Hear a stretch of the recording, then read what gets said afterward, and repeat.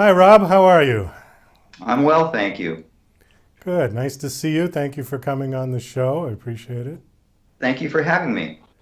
So, I thought we would just do kind of conversational because you've got a book that you're promoting, right? Your book is called The Organ Pipes of the Soul. Is that correct? That's correct. That's the main title. There's a long subtitle What's the of subtitle? A Theodicy of Love and Reincarnation in a Desperate Afterlife. Well, that And is I a thought mouthful. long and hard about using that word theodicy. Um, I did because this is actually a theodicy in a fiction. A theodicy is defense of the justness of God. And one of the characters has an interview with God, although at the time he's not sure it's God or his own, imagination. And I was also trying to play on the sound of theodicy and odyssey, and maybe that was some people may not like it, but I didn't want someone picking up the book and going, what am I getting into here, and not realizing that there is going to be a discussion of good and evil. But it's also a tale. It's a love story. It's an adventure story, and I'm hoping that that carries everyone past, any kind of conversations that they're like usually wouldn't find in fiction. When I read fiction, I look for books that challenge me in some way. I enjoy outside the box kind of thinking, I guess. And so as I was writing this, I was in the, well, will anyone want to read this? And then the advice is, well, write what you would want to read. And so that's what I did. So, how I do many think people will like it though, Douglas. how many books have you written at this point? Well, I got started late, so this is my first published book. It's a debut novel. I have another complete novel that I'm working on editing. It was my Master of Arts thesis, and I have a sequel to this one that I'm about 18,000 words into. Can you give us a definition of theodicy? Theodicy was a term coined by a philosopher named Leibniz. He was a contemporary of Newton's, and it basically, but they had been around before. Theodicy is the defense of the justness of God in the face of evil. So, why do good people suffer? Why is there evil? Those are questions that a theodicy looks into. So, it's a noun. Yes, Okay. but I All right. turned it into something else. There's a cartoon by, you remember Calvin and Hobbes. There's a Calvin and Hobbes cartoon that addresses this concept in English. Calvin, is talking about how words can start becoming other things, and he ends the cartoon strip with verbing weirds language. So Ah. basically, we who speak English have a very flexible language, and I took the word theodicy and used it instead of as a noun, as an adjective. Oh, okay. So Why don't you tell us a little bit about your backstory? Uh, my personal backstory, not the yeah. novel's backstory. No, tell us Oh, a little bit about the author. Yeah. tell us about the author. Well, the author is a retiree. I am teaching at the University of Indianapolis. I got my master's degree rather late in life. My job for 20 years had been in proofreading at a major publisher. And my job got shipped to India, and lo and behold, because of that, I got a 2-year program and was able to get a master's degree. But I actually got my Bachelor of Arts in Creative Writing near about 20 years before that. And again, that was another late in life thing.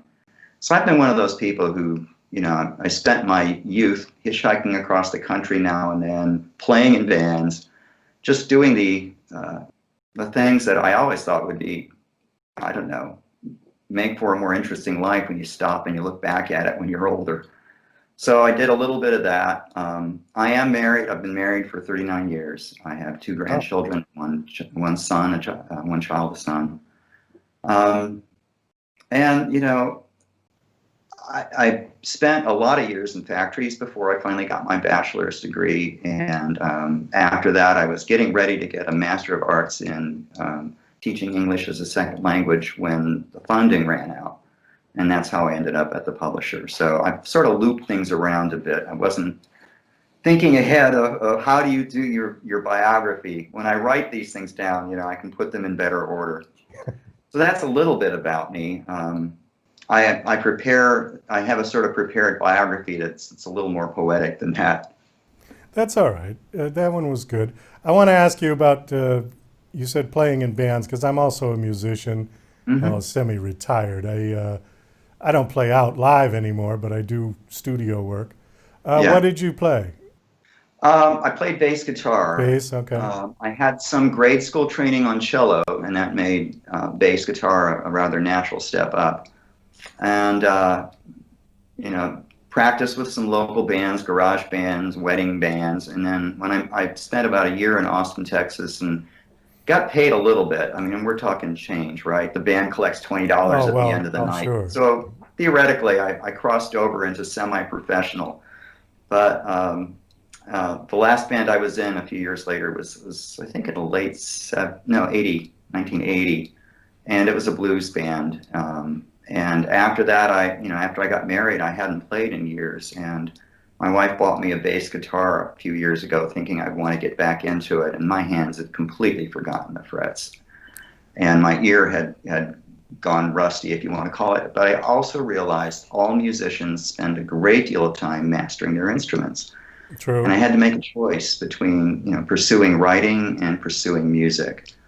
I mean, if you've been in bands, being in a band is almost like being in a marriage. You spend hours with other people, and if Yeah, you don't, you're not any good. that's true. So I made a conscious decision to basically not pick up music again to play. What about studio work? Do you write? Write Write music? music or lyrics or Oh something? no, no. No. I learned to read music twice and forgot both times. So when I played guitar in bands, it was like, okay, we're going to move, here's the chord progression, and I play it by ear. Okay. So, What kind? You yeah. said you played blues. The last band I was in was a band. Yeah, we spent hours and hours practicing. We played one gig, and the rhythm guitarist and the drummer both said that basically they made excuses for leaving the band. And after all the time we spent getting ready to play, I was rather disappointed that they just bugged out. So that was part of why I left music. I was at the time I was spending most of my time creating a couple of oil paintings. I also do oil paintings. There used to be one on the wall behind me. And I thought, well, I'll do that instead. And I ended up giving some of them away. But again, that after I got married kind of, I had a brief revival of graphic arts, of the visual arts when I was in college in the 90s as an undergraduate. And I was accepted into the Heron School of Art. And my wife and I sat down and I realized when you do studio work, you spend a lot of time and a lot of money because the oil paints and things add up, and decided instead to finish a degree in English. How old were you when you went to college? Just curious. I had been going on and off to college since shortly after high school, so that would be graduated in 71 and started going to IU in South Bend in 72 or 3 and took my first creative writing classes at that time. Um, and but I spent most of my time working, factories, warehouses, and such. And after I got married, my wife and I both had not finished our bachelor's degrees, and we just decided this is it. We're going to do this. And we were both going to school and homeschooling our son at the same time, as 30-something-year-old adults in the 90s. Oh, okay. So college for you was not a continuous thing, but a stop, start sort of thing. Yeah. Yes, and without the common college living on campus and being a member of some kind of fraternity experience. So I was the returning adult. The university I went to, Indiana University, Purdue University, Indianapolis, long name, had a great many returning adult students, so we weren't as out of place as I might have been on other campuses. I don't know that you miss that much not being a member of a fraternity. Um, Uh, I probably wouldn't have joined a fraternity even if I'd gone straight into college after high school.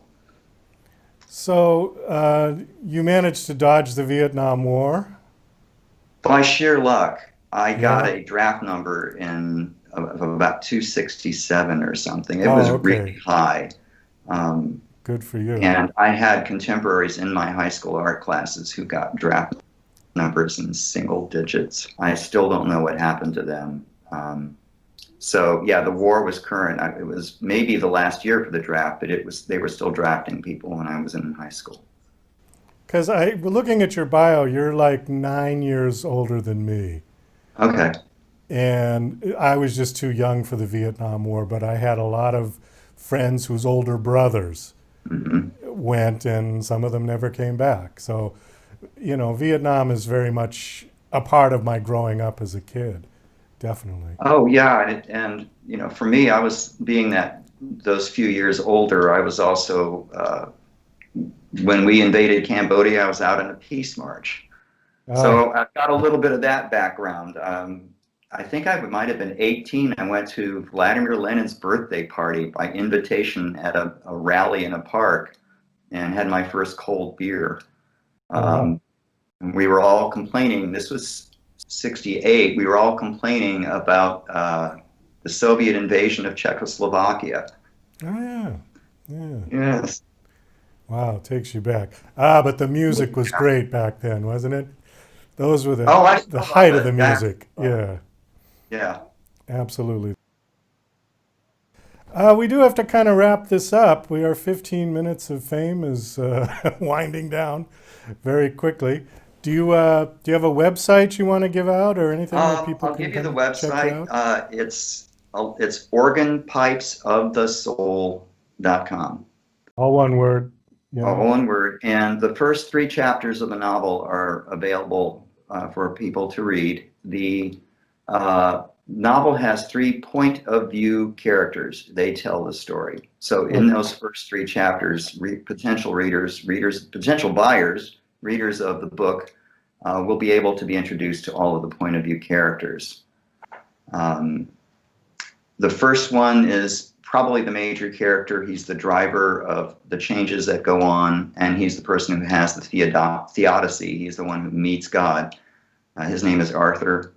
Um, the entire novel takes place in the afterlife. Every person in it is dead when the novel starts. The Oh. second point of view character is his love in the real world and home, and her name is Elle.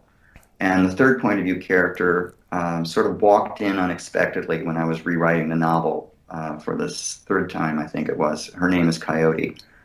And when I got to chapter 3, I simply typed in Coyote awoke with a hole in her heart, and I had a brand new character I hadn't had before. So she told her story. So she had been a Marine. She had been Border Patrol when she was killed. She feels as if she doesn't belong there. So these are the three characters in the story. It's a lot of it has to do with the ethics and even somewhat the mechanism of reincarnation. Um, so it does discuss, the justice and the nature of God, but a lot of the time is spent discussing reincarnation, and it is key to the story. How long has the book been out? It should have been out August 25th, and my publisher got back with me and said, well, we're pushing it out to September, and I still don't have the firm date in September. Oh, okay. So I wish I had that for you. I've asked him a couple times, and I think he'll get back with me shortly. But at this time, I do not have the firm publishing date. I only know Okay. September.